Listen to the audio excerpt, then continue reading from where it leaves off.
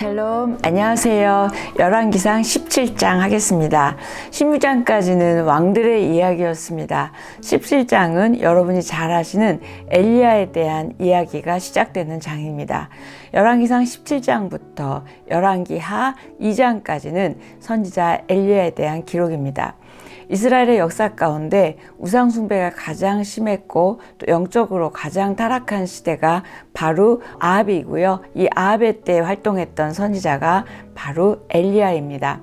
엘리야는 돌연히 어두운 역사의 무대에 등장한 것입니다. 어떤 소개도 없었습니다. 엘리야 아버지가 누군지, 어머니가 누군지 성경은 밝히지 않습니다. 엘리야라는 이름의 뜻은 여호와는 하나님이란 뜻입니다. 엘리야가 활약했던 시대는 우상숭배가 가장 심했다고 말했잖아요.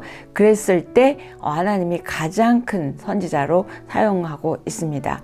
부패한 이스라엘을 오랫동안 참아오시던 하나님은 드디어 엘리야를 통하여 말씀하십니다. 그게 1절인데요.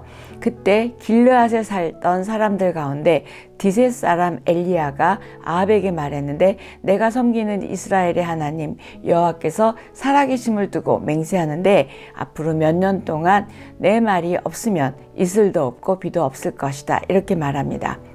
이때 내 말이 없다는 건 엘리야의 말이 없으면이 아니라 엘리야에게 하나님의 말씀이 주어지지 않으면 그러니까 비도 없고 이슬도 없을 거라고 말합니다. 엘리야는 우상숭배가 만연한 때에 내가 섬기는 이스라엘의 하나님이라고 자신이 하나님을 섬긴다고 왕 앞에서 담대하게 고백합니다. 이스라엘의 하나님이란 뜻은 언약하시는 하나님, 그리고 그 언약을 성실하게 성취하시는 하나님이라는 의미입니다. 이스라엘의 하나님이라는 고백은 사실 역사의 배후에서 여전히 지금도 역사를 주관하시는 신실하신 언약의 하나님에 대한 엘리야의 신앙이 깃들어 있습니다. 엘리야는 하나님의 살아계심을 두고 맹세한다고 말합니다. 우리가 믿는 하나님은 우리를 찾으시고 붙드시며 돌보시며 인도하시는 살아계신 하나님이십니다. 엘리야는 자신의 말이 없으면, 즉 자기 입에 하나님의 말씀이 주어지지 않으면 비가 없을 것이라고 얘기를 아합에게 목숨을 내놓고 선포하는 거죠. 엘리야가 이 가뭄을 선포한 것은 바알이 비를 내린다고 믿고 있는 이스라엘의 우상 숭배에 대한 선전포고이자 아합에 대한 정면 도전이었습니다. 엘리야는 비를 주장하시는 분은 하나님이시지 결코 바알이 아니고 바알은 아무런 능력이 없는 허상일 뿐이라고 선포하는 것입니다. 3절 4절에 보면 너는 여기를 떠나 동쪽으로 가서 요단강 그리시네가에 숨어 지내라. 그리고 너는 그 시냇물을 마셔라. 내가 까마귀들에게 명령을 거기 있는 내가 먹을 것을 가져다 주겠다고 말씀하십니다. 이 그리시네가에 숨어 지내라는 명령, 왜 엘리야를 숨기실까요? 이 숨긴다는 의미는 말씀이 덮여 있고 말씀이 숨겨져 있음을, 말씀의 부재임을 암시하고 있습니다.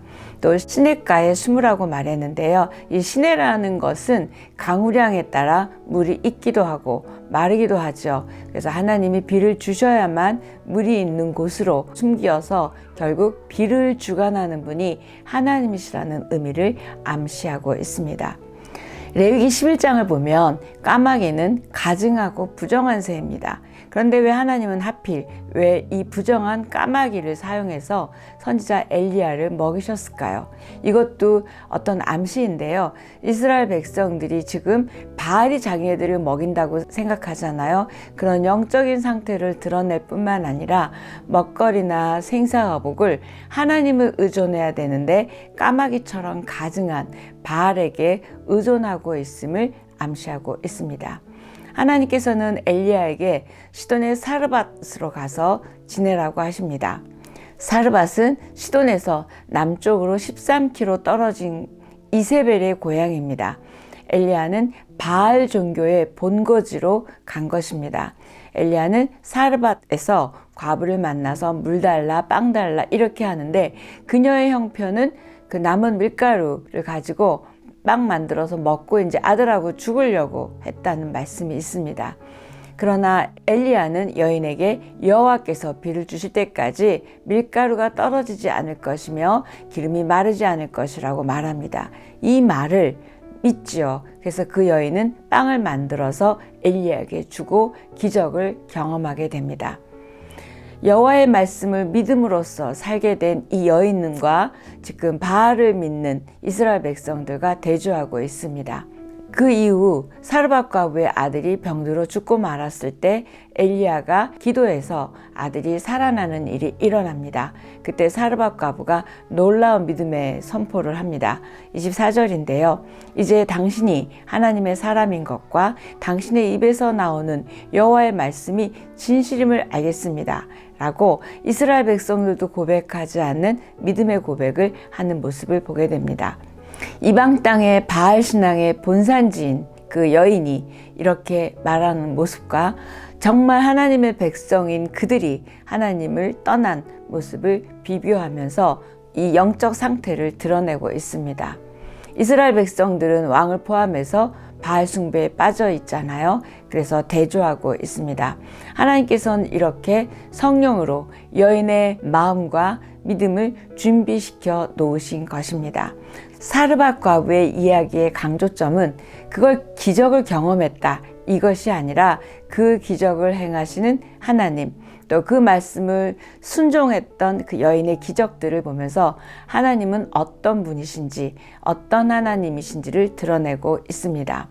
바알의 영토인 사르밧에서 하나님은 엘리야를 통해서 바알에게 압승하셨죠. 바알의 땅에서 바알을 섬기는 자를 살리시며 하나님 되심을 드러내고 있습니다. 놀라운 살아계신 역사하시는 하나님이 바로 저와 여러분이 믿는 하나님이십니다. 오늘 여기까지 하겠습니다.